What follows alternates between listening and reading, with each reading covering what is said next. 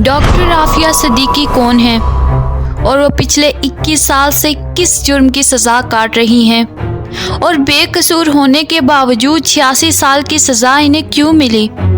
आखिर उन्होंने ऐसा कौन सा जुर्म किया था कि CIA ने इन्हें इंतहाई मतलूब दहशतगर्दों की लिस्ट में शामिल कर लिया? और इनकी रिहाई के लिए आखिर क्या कोशिशें की जा रही हैं? इस वीडियो में इन सब सवालात के जवाबात जानने की कोशिश करेंगे।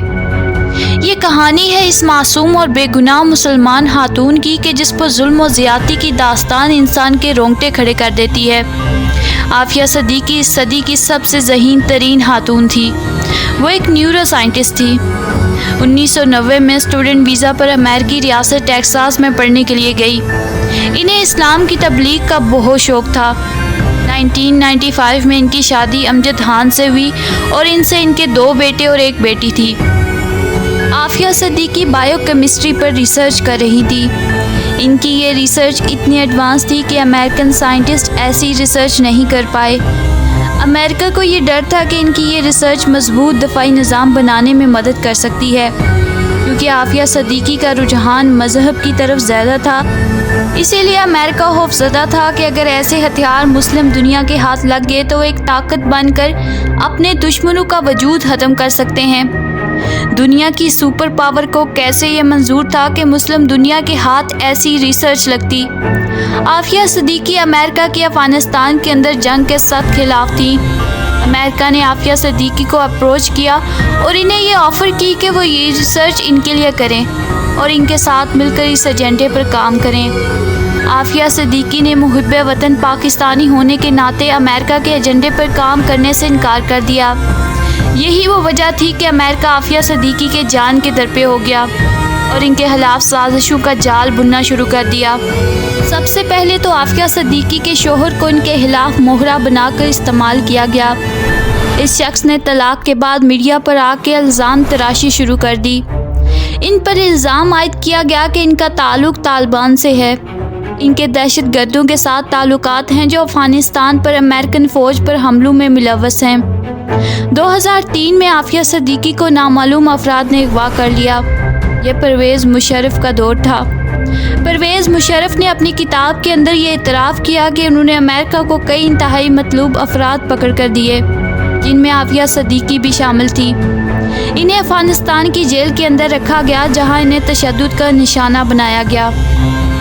5 अगस्त 2008 को डॉक्टर आफिया सिद्दीकी को न्यूयॉर्क की अदालत में पेश किया गया, जहां इन पर यह इल्ज़ाम लगाया गया कि 17 जुलाई को आफिया सिद्दीकी को अफ़गान फोर्सेस ने गिरफ़्तार किया। इनके पास से ऐसी दस्तावेज़ात बरामद की गई जिन पर बम बनाने की हदायत दर्ज थी। चंद इंग्रेडिएंट्स थे जो बम बनाने में कारआमद थे। इनके साथ इन्हें गिरफ़्तार किया गया। इसके साथ इन पर यह इल्ज़ाम भी लगाया गया कि इन्होंने अमेरिकी फ़ौजियों पर गोलियां चलाईं। इन मुकदमात की आड़ में इनको 86 साल की कैद सुनाई गई। इन 21 सालों में ना हमारी हुकूमत ने अमेरिकी हुकूमत से डॉक्टर आफिया सिद्दीकी की रिहाई की बात की और ना इनकी कोई सिफारिश की गई।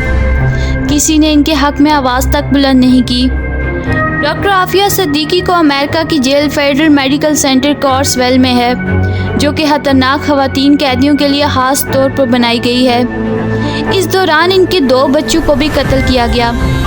ग्राम से छूटने वाले कैदियों का कहना था कि जेल के एक सेल से एक औरत की इतनी खौफनाक आवाज़ें आती थी जिसने आज तक इन्हें ज़हनी टेंशन का शिकार कर रखा है। इससे इस बात का अंदाज़ा लगाना मुश्किल नहीं है कि अमेरिका ने आफिया सिद्दीकी को किस जुल्म और सितम का निशाना बनाया होगा।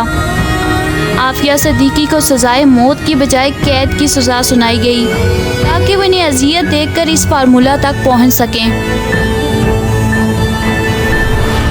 लेकिन आफिया सिद्दीकी ने अपनी ज़ुबान से एक लफ्ज़ तक नहीं निकाला। उन्होंने आफिया सिद्दीकी के साथ पढ़ने वाले स्टूडेंट्स को भी इस्तेमाल किया कि वो किसी तरह आफिया सिद्दीकी से इस रिसर्च के बारे में जान सकें। आफिया सिद्दीकी इस बात से बखूबी वाकिफ़ थी कि इस रिसर्च तक पहुंचने के बाद मुझे कत्ल कर दिया जाएगा और बाद अज़ां इसे मुसलमानों के ख़िलाफ़ इस्तेमाल किया जाएगा।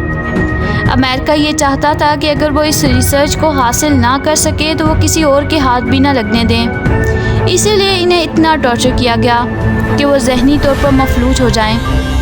2013 میں امریکہ مکمل طور پر ڈاکٹر عافیہ سے مایوس ہو چکا تھا۔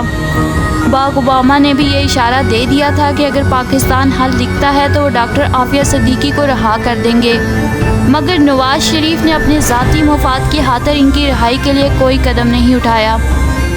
عمران خان نے بھی الیکشن سے پہلے یہ اعلان کیا تھا کہ اگر وہ حکومت میں آتے ہیں تو وہ ڈاکٹر عافیہ صدیقی کی رہائی کے لیے کوشش کریں گے، اور انہوں نے یہ کوشش کی بھی، مگر ان کے دور حکومت میں کورونا، انڈین اٹیک اور سیاسی مسائل میں الجھنے کی وجہ سے ایسا نہ ہو سکا۔ افسوس تو اس بات کا ہے کہ جہاں